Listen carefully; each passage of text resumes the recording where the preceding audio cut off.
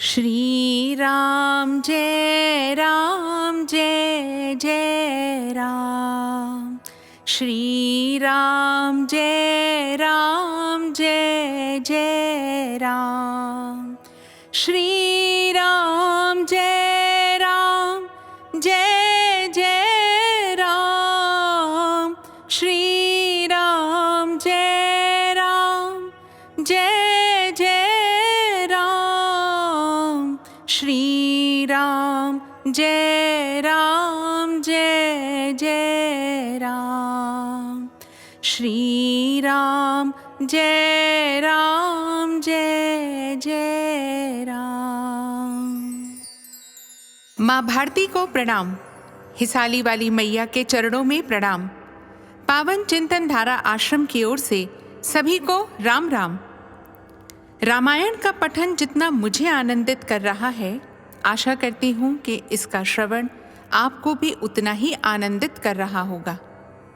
आइए रामायण के बाल कांड के अगले सर्ग में प्रवेश करते हैं। ओम श्री गणेशाय नमः। ओम श्री सरस्वते नमः। ओम श्री हनुमते नमः। ओम श्री गुरुवे नमः। सियावर राम शरणागतम्।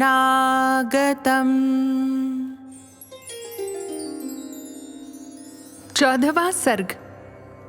महाराज दशरथ के द्वारा अश्वमेध यज्ञ का सांगोपांग अनुष्ठान। इधर वर्ष पूरा होने पर यज्ञ संबंधी अश्व भूमंडल में भ्रमण करके लौट आया।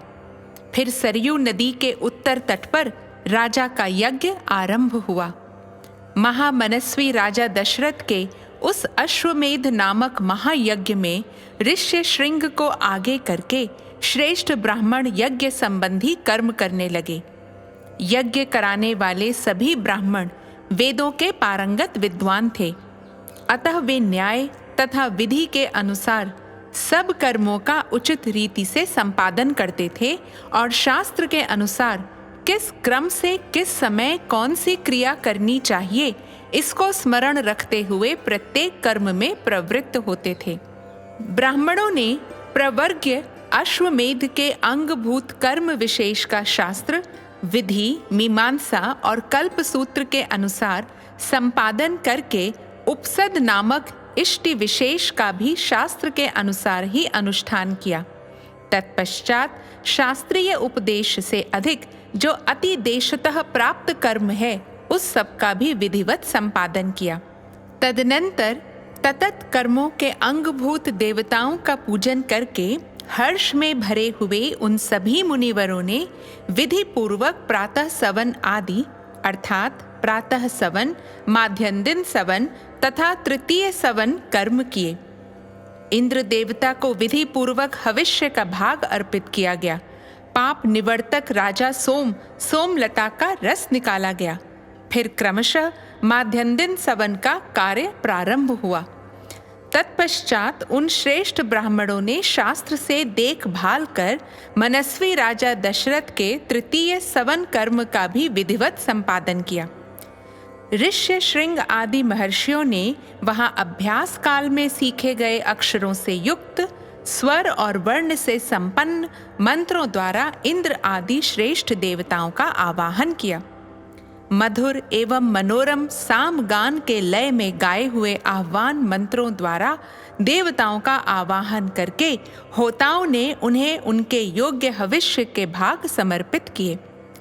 उस यज्ञ में कोई अयोग्य अथवा विपरीत आहुति नहीं पड़ी, कहीं कोई भूल नहीं हुई, अनजान में भी कोई कर्म छूटने नहीं पाया, क्योंकि वहां सारा कर्म मंत्रोच्चारण पूर्वक संपन्न होता दिखाई देता था।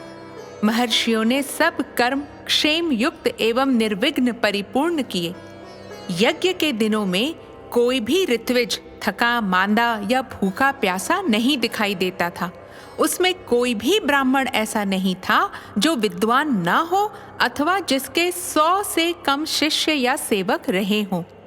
उस यज्ञ में प्रतिदिन ब्राह्मण भोजन करते थे, क्षत्रिय और वैश्य भी भोजन पाते थे तथा शूद्रों को भी भोजन उपलब्ध होता था। तापस और श्रमण भी भोजन करते थे। बूढ़े, रोगी, स्त्रियां तथा बच्चे भी यथेष्ट भोजन पाते थे। भोजन इतना स्वादिष्ट होता था कि निरंतर खाते रहने पर भी किसी का मन नहीं भरता था। अन्न दो, नाना प्रकार के वस्त्र दो, अधिकारियों की ऐसी आज्ञा पाकर कार्यकर्ता लोग बारंबार वैसा ही करते थे। वहां प्रतिदिन विधिवत पके हुए अन्न के बहुत से पर्वतों जैसे ढेर दिखाई देते थे। महामनस्वी राजा दशरथ के उस यज्ञ में नाना देशों से आए हुए स्त्री पुरुष अन्न पान द्वारा भली भांति तृप्त किए गए थे। श्रेष्ठ ब्राह्मण, भोजन विधिवत बनाया गया है, बहुत स्वादिष्ट है, ऐसा कहकर अन्न की प्रशंसा करते थे। भोजन करके उठे हुए लोगों के मुख से राजा सदा यही सुनते थे कि हम लोग खूब तृप्त हुए, आपका कल्याण हो। वस्त्र आभूषणों से अलंकृत हुए पुरुष ब्राह्मणों को भोजन परोसते थे और उन लोगों की जो दूसरे लोग सहायता करते थे, उन्होंने भी विशुद्ध मणिमय कुंडल धारण कर रखे थे। एक सवन समाप्त करके दूसरे सवन के आरंभ होने से पूर्व जो अवकाश मिलता था, उसमें उत्तम वक्ता धीर ब्राह्मण एक दूसरे को जीतने की इच्छा से बहुतेरे युक्तिवाद उपस्थित करते हुए शास्त्रार्थ करते थे। उस यज्ञ में नियुक्त हुए कर्म कुशल ब्राह्मण प्रतिदिन शास्त्र के अनुसार सब कार्यों का संपादन करते थे। राजा के उस यज्ञ में कोई भी सदस्य ऐसा नहीं था जो व्याकरण आदि 6 अंगों का ज्ञाता न हो, जिसने ब्रह्मचर्य व्रत का पालन न किया हो तथा जो बहुश्रुत न हो। वहां कोई ऐसा द्विज नहीं था जो वाद विवाद में कुशल न हो। जब यूप खड़ा करने का समय आया, तब बेल की लकड़ी के 6 यूप गाड़े गए, उतने ही खैर के यूप खड़े किए गए तथा पलाश के भी उतने ही यूप थे जो बिल्व निर्मित यूपों के साथ खड़े किए गए थे। बहेड़े के वृक्ष का एक यूप अश्वमेध यज्ञ के लिए विहित है। देवदारू के बने हुए यूप का भी विधान है, परंतु उसकी संख्या न 1 है न 6। देवदारू के 2 ही यूप विहित हैं। दोनों बाहें फैला देने पर जितनी दूरी होती है, उतनी ही दूर पर वे दोनों स्थापित किए गए थे। यज्ञ कुशल शास्त्रज्ञ ब्राह्मणों ने ही इन सब यूपों का निर्माण कराया था। उस यज्ञ की शोभा बढ़ाने के लिए उन सब में सोना जड़ा गया था। पूर्वोक्त 21 यूप 21 अरत्नी 504 अंगुल ऊंचे बनाए गए थे। उन सबको पृथक पृथक 21 कपड़ों से अलंकृत किया गया था। कारीगरों द्वारा अच्छी तरह बनाए गए वे सभी सुदृढ़ यूप विधि पूर्वक स्थापित किए गए थे। वे सब के सब 8 कोणों से सुशोभित थे। उनकी आकृति सुंदर एवं चिकनी थी। उन्हें वस्त्रों से ढक दिया गया था और पुष्प चंदन से उनकी पूजा की गई थी। जैसे आकाश में तेजस्वी सप्तऋषियों की शोभा होती है, उसी प्रकार यज्ञ मंडप में वे दीप्तिमान यूप सुशोभित होते थे। सूत्र ग्रंथों में बताए अनुसार ठीक माप से ईंटें तैयार कराई गई थीं। उन ईंटों के द्वारा यज्ञ संबंधी शिल्प कर्म में कुशल ब्राह्मणों ने अग्नि का चयन किया था। राज सिंह महाराज दशरथ के यज्ञ में चयन द्वारा संपादित अग्नि की कर्मकांड कुशल ब्राह्मणों द्वारा शास्त्र विधि के अनुसार स्थापना की गई। उस अग्नि की आकृति दोनों पंख और पुच्छ फैलाकर नीचे देखते हुए पूर्वाभिमुख खड़े हुए गरुड़ की सी प्रतीत होती थी।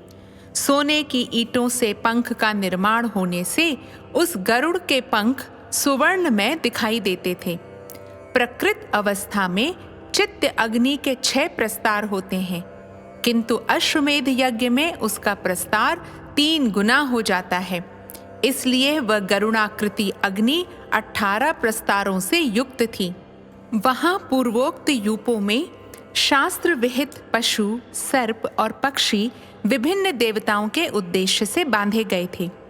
शामित्र कर्म में यज्ञ, अश्व तथा कूर्म आदि जलचर जंतु जो वहां लाए गए थे, ऋषियों ने उन सबको शास्त्र विधि के अनुसार पूर्वोक्त यूपों में बांध दिया। उस समय उन यूपों में 300 पशु बंधे हुए थे तथा राजा दशरथ का वह उत्तम अश्वरत्न भी वहीं बांधा गया था। रानी कौशल्या ने वहां प्रोक्षण आदि के द्वारा सब ओर से उस अश्व का संस्कार करके बड़ी प्रसन्नता के साथ 3 तलवारों से उसका स्पर्श किया। तदनंतर कौशल्या देवी ने सुस्थिर चित्त से धर्म पालन की इच्छा रखकर उस अश्व के निकट एक रात निवास किया। तत्पश्चात होता, अध्वर्यु और उद्गाता ने राजा की क्षत्रिय जातीय महिषी कौशल्या, वैश्य जातीय स्त्री वावाता तथा शूद्र जातीय स्त्री परिवृत्ति, इन सबके हाथ से उस अश्व का स्पर्श कराया। इसके बाद परम चतुर जितेंद्रिय ऋत्विक ने विधि पूर्वक अश्वकंद के गूदे को निकालकर शास्त्रोक्त रीति से पकाया। तत्पश्चात उस गूदे की आहुति दी गई। राजा दशरथ ने अपने पाप को दूर करने के लिए ठीक समय पर आकर विधि पूर्वक उसके धुएं की गंध को सूंघा। उस अश्वमेध यज्ञ के अंगभूत जो हवनीय पदार्थ थे, उन सबको लेकर समस्त 16 ऋत्विज ब्राह्मण अग्नि में विधिवत आहुति देने लगे। अश्वमेध के अतिरिक्त अन्य यज्ञों में जो हवि दी जाती है, वह पाकर की शाखाओं में रखकर दी जाती है, परंतु अश्वमेध यज्ञ का हविष्य बेंत की चटाई में रखकर देने का नियम है। कल्प सूत्र और ब्राह्मण ग्रंथों के द्वारा अश्वमेध के 3 सवनीय दिन बताए गए हैं। उनमें से प्रथम दिन जो सवन होता है, उसे चतुष्टोम अग्निष्टोम कहा गया है। द्वितीय दिवस साध्य सवन को उकथ्य नाम दिया गया है तथा तीसरे दिन जिस सवन का अनुष्ठान होता है, उसे अतिरात्र कहते हैं। उसमें शास्त्रीय दृष्टि से विहित बहुत से दूसरे क्रतु भी संपन्न किए गए।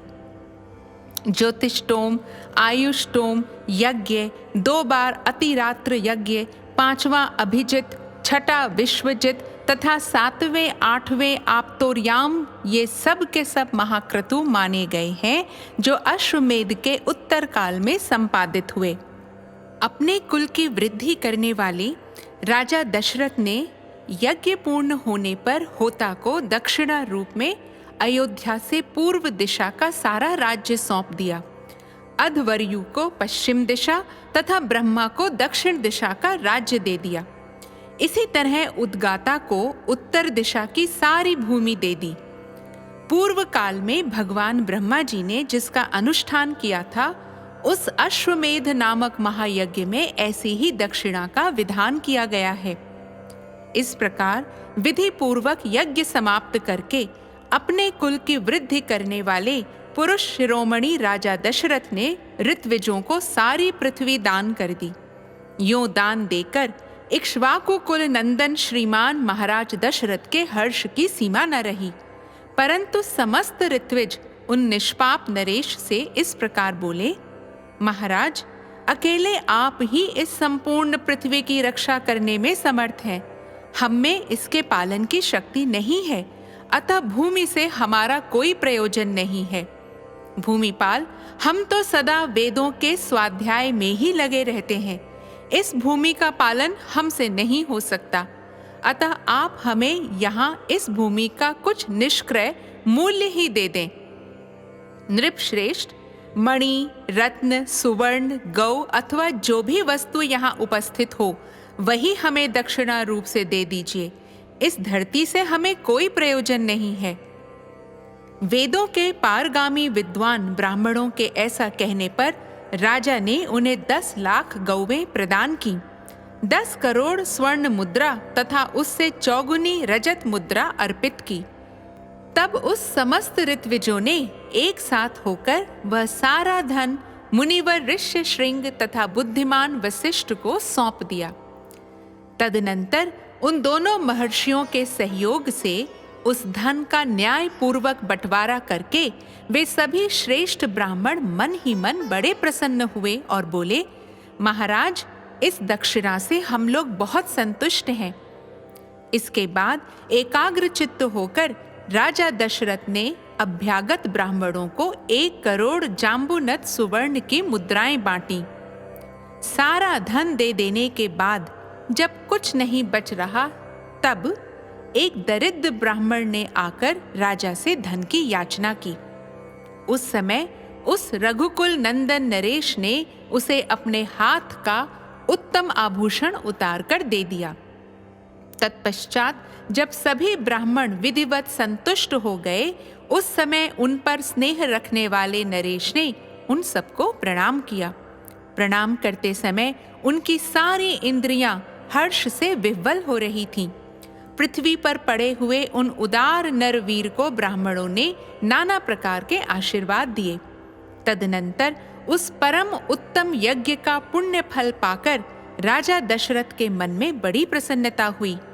वह यज्ञ उनके सब पापों का नाश करने वाला तथा उन्हें स्वर्ग लोक में पहुंचाने वाला था। साधारण राजाओं के लिए उस यज्ञ को आदि से अंत तक पूर्ण कर लेना बहुत ही कठिन था। यज्ञ समाप्त होने पर राजा दशरथ ने ऋष्य श्रृंग से कहा, उत्तम व्रत का पालन करने वाले मुनीश्वर, अब जो कर्म मेरी कुल परंपरा को बढ़ाने वाला हो, उसका संपादन आपको करना चाहिए। तब द्विज श्रेष्ठ ऋष्य श्रृंग तथास्तु कहकर राजा से बोले, राजन, आपके 4 पुत्र होंगे जो इस कुल के भार को वहन करने में समर्थ होंगे। उनका यह मधुर वचन सुनकर मन और इंद्रियों को संयम में रखने वाले महामना महाराज दशरथ उन्हें प्रणाम करके बड़े हर्ष को प्राप्त हुए तथा उन्होंने ऋष्य श्रृंग को पुनः पुत्र प्राप्ति कराने वाले कर्म का अनुष्ठान करने के लिए प्रेरित किया। इस प्रकार श्री वाल्मीकि निर्मित आर्ष रामायण आदि काव्य के बाल कांड में 14वां सर्ग पूरा हुआ। रामाय रामभद्राय रामचंद्राय वेधसे रघुनाथाय नाथाय सीतायाः पतये नमः। 15वां सर्ग। ऋष्य श्रृंग द्वारा राजा दशरथ के पुत्रेष्टि यज्ञ का आरंभ, देवताओं की प्रार्थना से ब्रह्मा जी का रावण के वध का उपाय ढूंढ निकालना तथा भगवान विष्णु का देवताओं को आश्वासन देना। महात्मा ऋष्य श्रृंग बड़े मेधावी और वेदों के ज्ञाता थे। उन्होंने थोड़ी देर तक ध्यान लगाकर अपने भावी कर्तव्य का निश्चय किया। फिर ध्यान से विरत हो वे राजा से इस प्रकार बोले, महाराज, मैं आपको पुत्र की प्राप्ति कराने के लिए अथर्व वेद के मंत्रों से पुत्रेष्टि नामक यज्ञ करूंगा। वेदोक्त विधि के अनुसार अनुष्ठान करने पर वह यज्ञ अवश्य सफल होगा। यह कहकर उन तेजस्वी ऋषि ने पुत्र प्राप्ति के उद्देश्य से पुत्रेष्टि नामक यज्ञ प्रारंभ किया और श्रौत विधि के अनुसार अग्नि में आहुति डाली। तब देवता, सिद्ध, गंधर्व और महर्षि गण विधि के अनुसार अपना अपना भाग ग्रहण करने के लिए उस यज्ञ में एकत्र हुए। उस यज्ञ सभा में क्रमशः एकत्र होकर दूसरों की दृष्टि से अदृश्य रहते हुए सब देवता लोककर्ता ब्रह्मा जी से इस प्रकार बोले, भगवन, रावण नामक राक्षस आपका कृपा प्रसाद पाकर अपने बल से हम सब लोगों को बड़ा कष्ट दे रहा है। हम में इतनी शक्ति नहीं है कि अपने पराक्रम से उसको दबा सकें। प्रभो, आपने प्रसन्न होकर उसे वर दे दिया है। तब से हम लोग उस वर का सदा समादर करते हुए उसके सारे अपराधों को सहते चले आ रहे हैं। उसने तीनों लोकों के प्राणियों का नाको दम कर रखा है। वह दुष्टात्मा जिनको कुछ ऊंची स्थिति में देखता है उन्हीं के साथ द्वेष करने लगता है। देवराज इंद्र को परास्त करने की अभिलाषा रखता है। आपके वरदान से मोहित होकर वह इतना उद्दंड हो गया है कि ऋषियों, यक्षों, गंधर्वों, असुरों तथा ब्राह्मणों को पीड़ा देता और उनका अपमान करता फिरता है। सूर्य उसको ताप नहीं पहुंचा सकते, वायु उसके पास जोर से नहीं चलती तथा जिसके उत्ताल तरंगे सदा ऊपर नीचे होती रहती हैं, वह समुद्र भी रावण को देखकर भय के मारे स्तब्ध सा हो जाता है, उसमें कंपन नहीं होता। वह राक्षस देखने में भी बड़ा भयंकर है, उससे हमें महान भय प्राप्त हो रहा है। अतः भगवान, उसके वध के लिए आपको कोई न कोई उपाय अवश्य करना चाहिए। समस्त देवताओं के ऐसा कहने पर ब्रह्मा जी कुछ सोचकर बोले, देवताओं, लो, उस दुरात्मा के वध का उपाय मेरी समझ में आ गया। उसने वर मांगते समय यह बात कही थी कि मैं गंधर्व, यक्ष, देवता तथा राक्षसों के हाथ से न मारा जाऊं। मैंने भी तथास्तु कहकर उसकी प्रार्थना स्वीकार कर ली। मनुष्यों को तो वह तुच्छ समझता था, इसलिए उनके प्रति अवहेलना होने के कारण उनसे अवध्य होने का वरदान नहीं मांगा। इसलिए अब मनुष्य के हाथ से ही उसका वध होगा। मनुष्य के सिवा दूसरा कोई उसकी मृत्यु का कारण नहीं है। ब्रह्मा जी की कही हुई यह प्रिय बात सुनकर उस समय समस्त देवता और महर्षि बड़े प्रसन्न हुए। इसी समय महान तेजस्वी जगतपति भगवान विष्णु भी मेघ के ऊपर स्थित हुए सूर्य की भांति गरुड़ पर सवार हो वहां आ पहुंचे। उनके शरीर पर पीतांबर और हाथों में शंख, चक्र एवं गदा आदि आयुध शोभा पा रहे थे। उनकी दोनों भुजाओं में तपाए हुए सुवर्ण के बने केयूर प्रकाशित हो रहे थे। उस समय संपूर्ण देवताओं ने उनकी वंदना की और वे ब्रह्मा जी से मिलकर सावधानी के साथ सभा में विराजमान हो गए। तब समस्त देवताओं ने विनीत भाव से उनकी स्तुति करके कहा, सर्वव्यापी परमेश्वर, हम तीनों लोकों के हित की कामना से आपके ऊपर एक महान कार्य का भार दे रहे हैं। प्रभु, अयोध्या के राजा दशरथ धर्मज्ञ, उदार तथा महर्षियों के समान तेजस्वी हैं। उनके 3 रानियां हैं जो ह्री, श्री और कीर्ति इन 3 देवियों के समान हैं। विष्णुदेव, आप अपने 4 स्वरूप बनाकर राजा की उन तीनों रानियों के गर्भ से पुत्र रूप में अवतार ग्रहण कीजिए। इस प्रकार मनुष्य रूप में प्रकट होकर आप संसार के लिए प्रबल कंटक रूप रावण को, जो देवताओं के लिए अवध्य है, समर भूमि में मार डालिए। वह मूर्ख राक्षस रावण अपने बढ़े हुए पराक्रम से देवता, गंधर्व, सिद्ध तथा श्रेष्ठ महर्षियों को बहुत कष्ट दे रहा है। उस रौद्र निशाचर ने ऋषियों को तथा नंदन वन में क्रीड़ा करने वाले गंधर्वों और अप्सराओं को भी स्वर्ग से भूमि पर गिरा दिया है। इसलिए मुनियों सहित हम सब सिद्ध, गंधर्व, यक्ष तथा देवता उसके वध के लिए आपकी शरण में आए हैं। शत्रुओं को संताप देने वाले देव, आप ही हम सब लोगों की परम गति हैं। अतः इन देवद्रोहियों का वध करने के लिए आप मनुष्य लोक में अवतार लेने का निश्चय कीजिए। उनके इस प्रकार स्तुति करने पर सर्वलोक वंदित देव प्रवर देवाधिदेव भगवान विष्णु ने वहां एकत्र हुए उन समस्त ब्रह्मा आदि धर्मपरायण देवताओं से कहा, देवगण, तुम्हारा कल्याण हो, तुम भय को त्याग दो। मैं तुम्हारा हित करने के लिए रावण को पुत्र, पौत्र, अमात्य, मंत्री और बंधु बांधवों सहित युद्ध में मार डालूंगा। देवताओं तथा ऋषियों को भय देने वाले उस क्रूर एवं दुर्धर्ष राक्षस का नाश करके मैं 11,000 वर्षों तक इस पृथ्वी का पालन करता हुआ मनुष्य लोक में निवास करूंगा। देवताओं को ऐसा वर देकर मनस्वी भगवान विष्णु ने मनुष्य लोक में पहले अपनी जन्म भूमि के संबंध में विचार किया। इसके बाद कमल नयन श्री हरि ने अपने को 4 स्वरूपों में प्रकट करके राजा दशरथ को पिता बनाने का निश्चय किया।